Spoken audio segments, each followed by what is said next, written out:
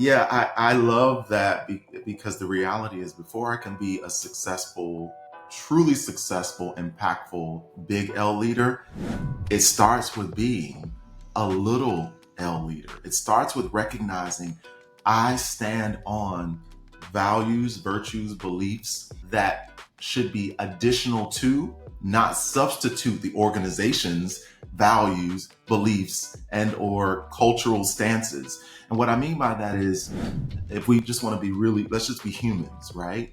It's important for me to be a leader in my life before I can be a leader within an organization. And that what does that look like? It looks like discipline.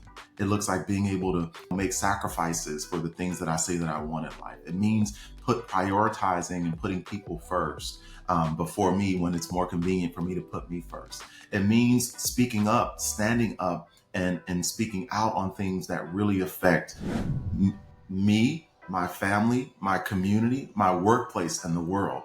So, to that question, which is such a great one, it's important for us to be little L leaders in our lives before we can effectively and successfully be big L positional leaders.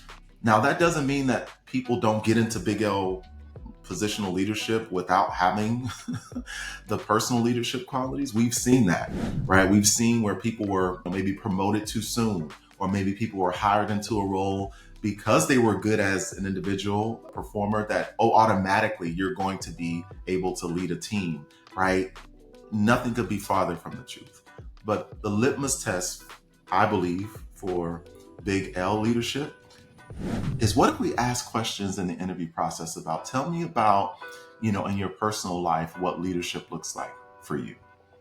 Tell me about the last time you spoke up within your friend group, within your community group, within your social, sphere of influence about something that was disparately impacting that community.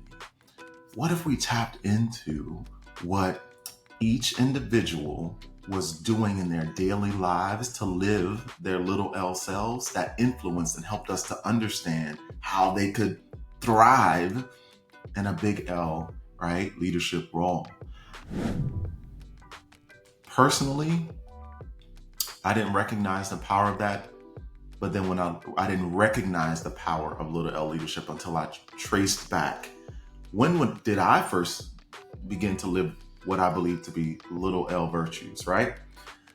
And it really trued back to growing up. I was a latchkey kid. Growing up, my mom doesn't like when I say this because she just, disagrees with it. Back in the 90s and the 80s, you could you maybe shouldn't have, but your kid might have had to walk a couple miles to school, right? That level of independence and confidence and clarity as a young child, I believe influences and leads to being the leader as a person, individual, personal leadership. That only enables you to be that much more successful as a positional leader. So I know that was a very long answer, but I don't believe that the best big L leaders did not exemplify, right, little L leadership qualities in their personal life that were amplified in their work life. Does that resonate?